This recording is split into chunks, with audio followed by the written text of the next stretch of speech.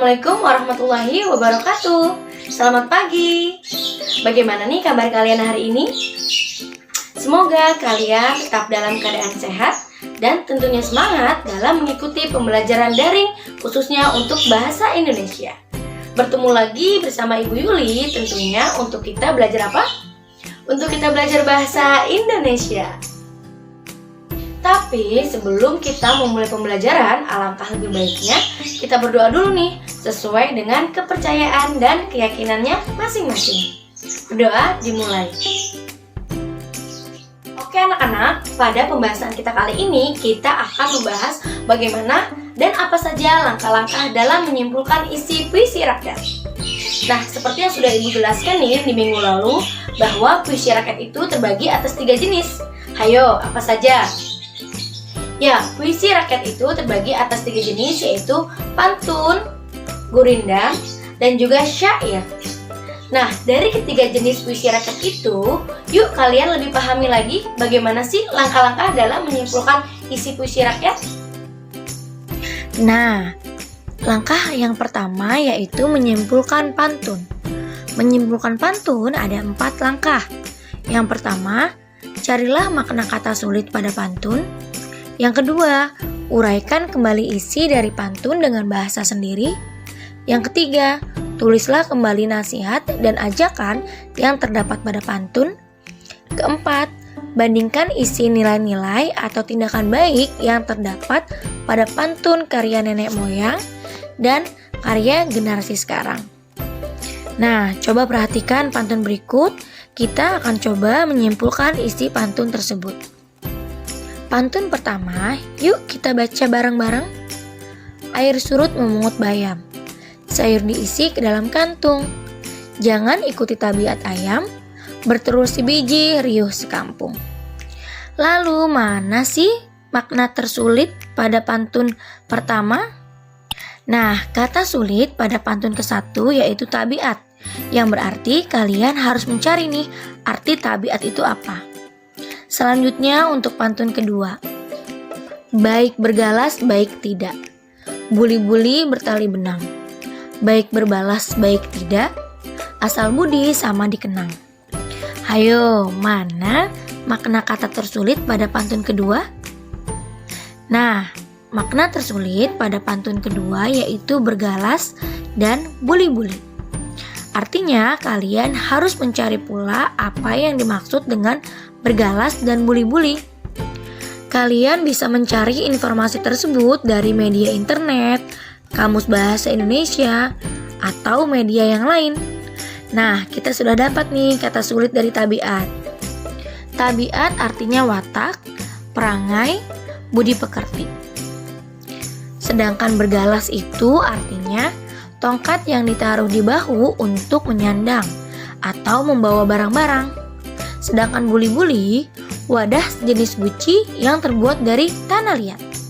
Setelah kalian cari makna kata tersulit pada pantun tersebut, kemudian kalian uraikan isi pantun dengan menggunakan bahasa sendiri. Nah, artinya kalian di sini harus menentukan isi pantun dari pantun pertama dan pantun kedua. Yuk kita baca dulu pantun pertama. Air surut memungut bayam, sayur diisi ke dalam kantung. Jangan ikuti tabiat ayam, bertelur sebiji, riuh sekampung. Setelah kalian memahami maksud dari pantun pertama, kemudian kalian tentukan isi dari pantun tersebut. Isi pantun bisa kalian lihat pada baris ketiga dan keempat dalam pantun, yaitu jangan ikuti tabiat ayam, bertelur sebiji, riuh sekampung. Selanjutnya kita tentukan isi dari pantun pertama, yaitu biasakan bersikap tenang dan jangan rebut hanya karena hal kecil. Sama halnya seperti pantun pertama, pantun kedua pun isinya ada di baris ketiga dan keempat, yaitu baik berbalas baik tidak, asal budi sama dikenang.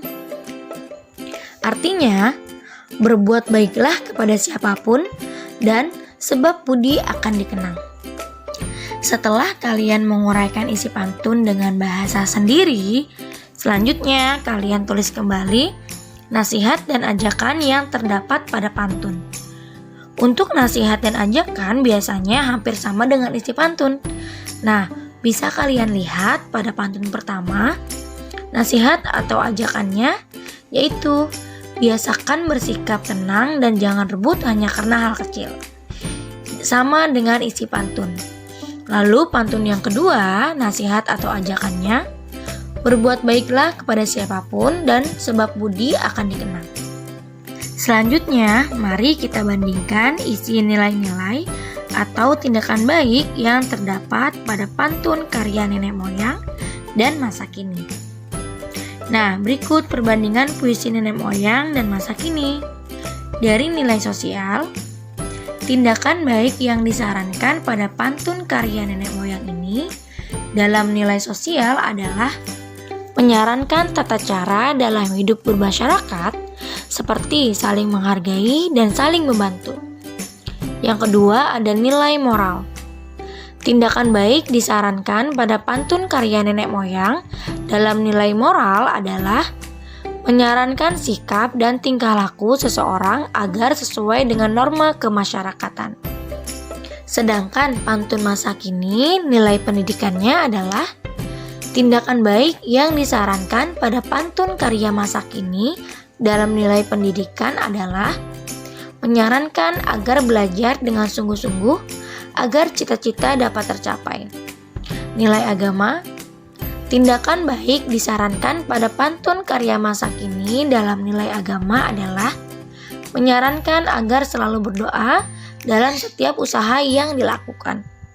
Nah, seperti itulah menyimpulkan isi pantun. Oke, selanjutnya yaitu menyimpulkan gurindam. Hal yang harus diperhatikan hampir sama nih dengan pantun, yaitu carilah makna kata sulit pada gurindam. Lalu yang kedua, menyimpulkan nilai-nilai moral atau nasihat yang terdapat pada gurindam. Perhatikan dua contoh gurindam berikut ya anak-anak. Yuk kita baca sama-sama. Gurindam pertama, mengumpat dan menguji hendaklah berpikir, disitulah banyak orang yang tergelincir. Gurindam kedua, jika hendak mengenal orang yang berilmu, bertanya dan belajar tiadalah jemu. Hal yang harus diperhatikan pertama kali yaitu mencari makna kata sulit pada gurindam. Menurut ibu, makna sulit pada gurindam pertama yaitu kata mengumpat. Lalu pada gurindam kedua yaitu kata jemu. Nah anak-anak, sama seperti pantun tadi, kalian bisa mencari makna tersulit artinya di media internet, kamus bahasa Indonesia, atau media lainnya yang dapat membantu kalian. Nah, ibu sudah menemukan nih apa itu arti mengumpat. Mengumpat adalah mengeluarkan perkataan yang keji, sedangkan jemu sudah tidak suka atau bosan. Nah, selanjutnya kita menentukan atau menyimpulkan nilai-nilai moral atau nasihat yang terdapat pada gurindam. Untuk gurindam pertama, pesan moralnya adalah ketika berbicara sebaiknya dipikirkan terlebih dahulu agar tidak terjadi masalah di kemudian hari. Sedangkan gurindam kedua, pesan moralnya adalah bila ingin pintar, jangan malu bertanya dan belajar pada orang yang lebih pintar. Nah anak-anak, pada gurindam ini, isi atau pesan moralnya ada di baris kedua. Oke anak-anak, selanjutnya kita akan menyimpulkan syair. Nah, syair ini sama halnya juga nih seperti gurindam dan juga pantun. Hal yang harus diperhatikan yaitu carilah makna kata sulit pada syair. Lalu yang kedua, menyimpulkan nilai-nilai moral atau nasihat yang terdapat pada syair. Coba kalian perhatikan contoh syair yaitu syair perahu berikut ini. Yuk kita baca sama-sama. Syair perahu. Inilah gerangan suatu madah, mengarangkan syair terlalu indah, membetuli jalan tempat berpindah, di sanalah iktikat dibetuli sudah. Wahai muda, kenali dirimu, ialah perahu tamsil hidupmu, tiadalah berapa lama hidupmu, ke akhirat jua kekal hidupmu. Hai muda, Arik Budiman, hasilkan kemudi dengan pedoman, alat prahumu jua kerjakan, itulah jalan membetuli insan. Hal yang harus pertama kali diperhatikan yaitu mencari makna kata sulit pada syair. Pada syair perahu ini ada 5 kata sulitnya. Yang pertama ada madah, kedua ada iktikat, ketiga ada tamsil, keempat ada kemudi, dan yang kelima ada insan. Nah anak-anak, sama halnya seperti gurindam, kalian juga bisa mencari makna sulit itu di dalam media internet, kamus bahasa Indonesia, atau bahkan media lainnya.